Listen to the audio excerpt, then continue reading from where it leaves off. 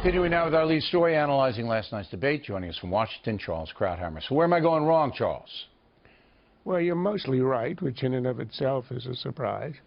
And actually his high point was something that you didn't mention, but his reference to Lincoln. That was essentially a play on the Lloyd Benson line.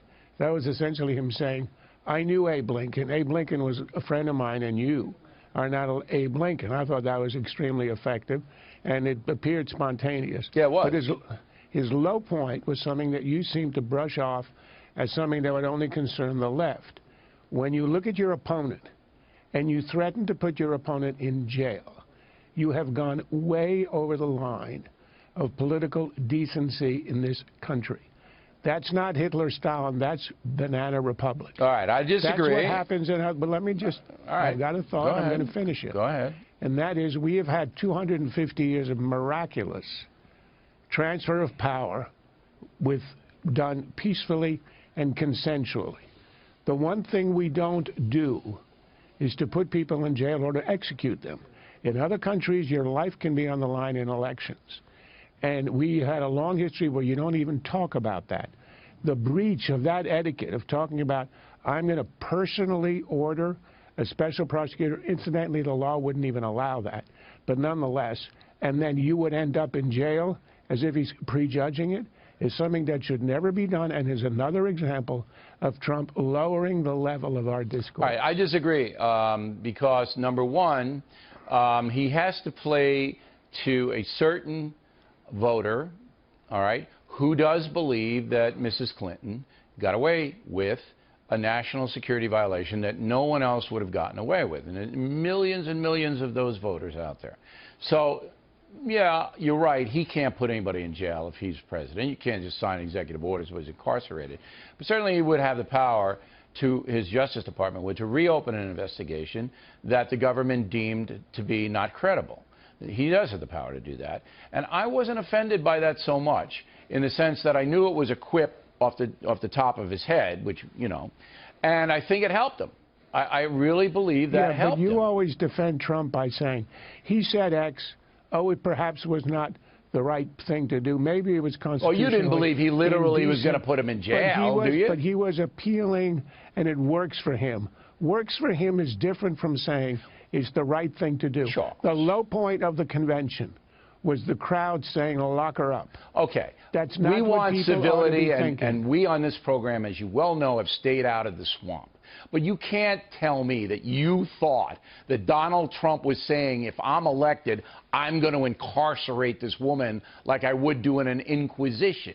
He was making a point that there would be a special prosecutor. The email thing would be reopened because, again, many, many millions of Americans feel that this was the fix was in, that another president, Barack Obama, made sure that it wasn't, an honest investigation did not take place.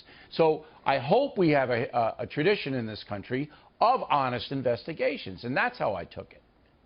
Look, one of the presidents that we retroactively revere is Gerald Ford, in a situation with Nixon, who was clearly guilty.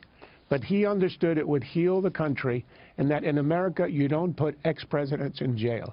It cost him the presidency, which makes it a profile in courage. But here we could all agree there was obviously way overstepping the line. He would have been impeached and all that, and he probably would have been convicted. But there's a difference. It's understood in this country that you don't put political losers in jail. It's a difference. It's more than political losers. In the Watergate situation, the system worked. All right? The investigation led to wrongdoing on the part of Richard Milhous Nixon. All right? Now, what Ford did, and I support that as a historian, you're absolutely right. He said, it doesn't get us any further as a nation to punish this man. So I'm going to pardon him.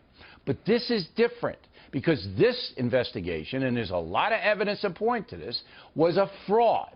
It was a fraud because of politics.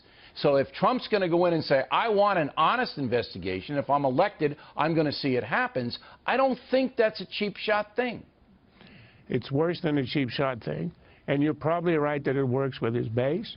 And in one sense, you could say, yes, this is allowing the justice to go ahead. But the idea that you threaten your opponent with jail, and he used the word jail, I didn't, it, to me, is a breach of the decency of our system where we don't do that, All right. even where it might be warranted, as in the Nixon case. I will cede that there are two sides to this story, and I'm glad we had this debate because you'll see this nowhere else on television. Right. Gradheimer and It's why I'm O'Reilly. here. You will never see it.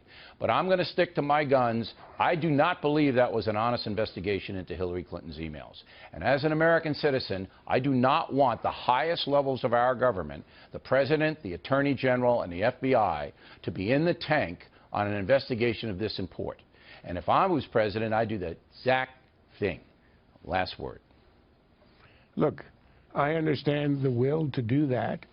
I simply believe that there are certain limits to political discourse and to what you do to your opponent. And in this case, it was something that have you ever heard a presidential candidate ever threatening another with that kind of legal, and he's done it with others.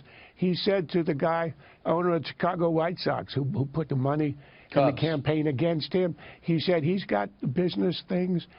He better watch out if I'm president. No, I don't like the threats either. That's not unique to him. That's what he's doing. And that's a misuse of the powers of the presidency. All right, Charles Gradheimer, everyone.